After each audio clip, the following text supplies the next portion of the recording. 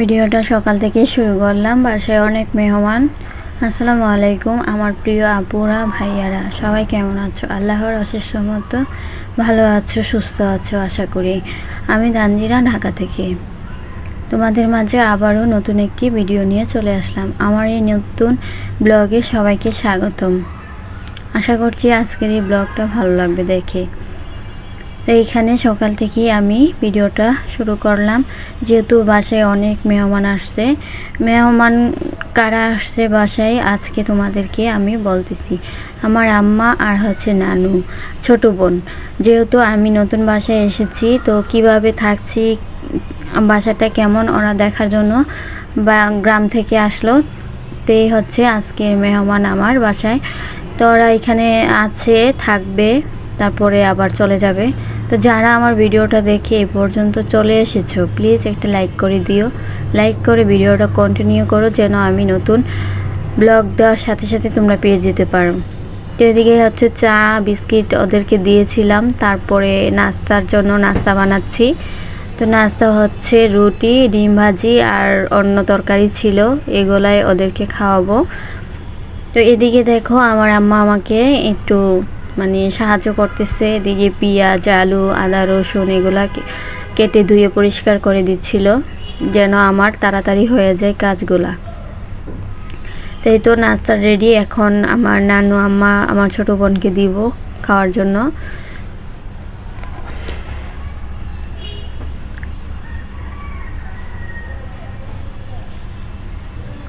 তো এই হচ্ছে মেহমানদারির আয়োজন।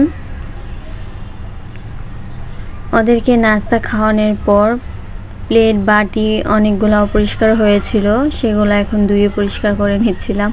আর শোনো, এই ভিডিওটা আমার আম্মা করে দিছে, জানি না কেমন হয়েছে, তোমাদের কাছে কেমন লাগতে পারে, আশা করছি ভালো লাগবে। তো দেখে নিও। এই হচ্ছে আজকের খাওয়ার পরে প্লেট বাটি ধুয়েছি এগুলাই।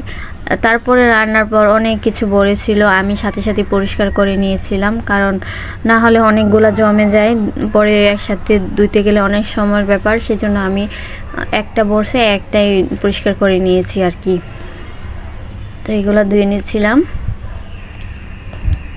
তা আজকে সব কিছু তোমাদের সাথে শেয়ার করতে পারবো না, আবার পরের ব্লগে সব কিছু শেয়ার করব। আজকে যতটুকু সম্ভব দিয়েছি এই ব্লগে, কারণ বেশি লং হয়ে গেলে কেউ দেখতে চায় না, এত বড় লং ভিডিও। সেজন্য অল্প করে দিয়েছি, তোমাদের সাথে শেয়ার করেছি অল্প অল্প করে। সব কিছু চেষ্টা করেছি সব কিছু দেওয়ার জন্য, শেয়ার করার জন্য তোমাদের সাথে।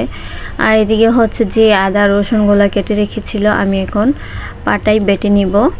তা আমার রুমে পাটাতে বাটতে গেলে ক্যামেরার মধ্যে ভালোভাবে আসে না, সেই জন্য আমি এটাকে রান্নাঘরের দরজায় নিয়ে আসলাম। তো এখানে বাটাবাটিটা করে নিচ্ছি, মশলাটাও বাটা শেষ, তারপরে রান্নার কাজে চলে যাব। আর দেখো আজকে গ্যাস ছিল না বাসায়, সেই রান্না করতে করতে আমার 4টা বেজে গেছে। তারপরে আবার ভিডিও অল্প অল্প করে করেছি তোমাদের সাথে শেয়ার করার জন্য। তারপরে গ্যাস আসার পর রান্না বান্না শেষ করলাম, 4টা বাজে। 4টা বাজার সাথে সাথে ওদেরকে দুপুরের খাবারটাও দিয়ে দিছি।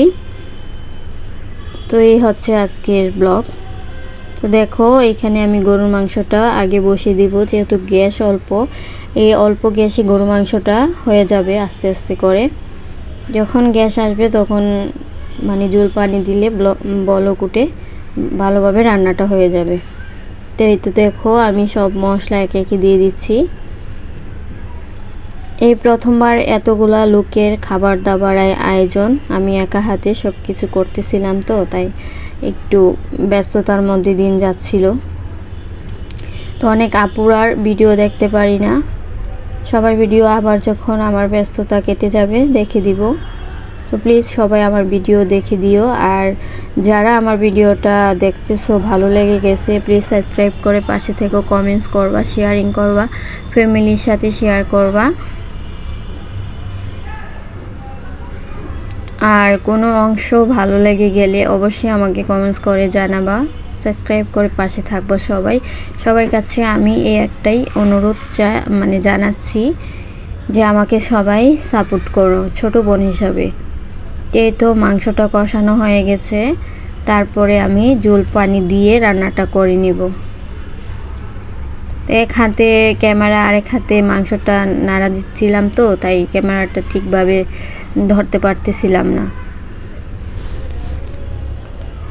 এখানে আলুগুলো একটু হালকা ভেজে দিব।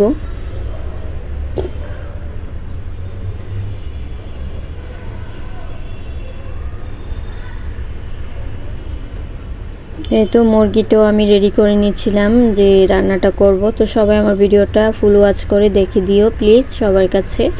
তো সবাই ভালো থেকো, সুস্থ থেকো। আমার ভিডিওটা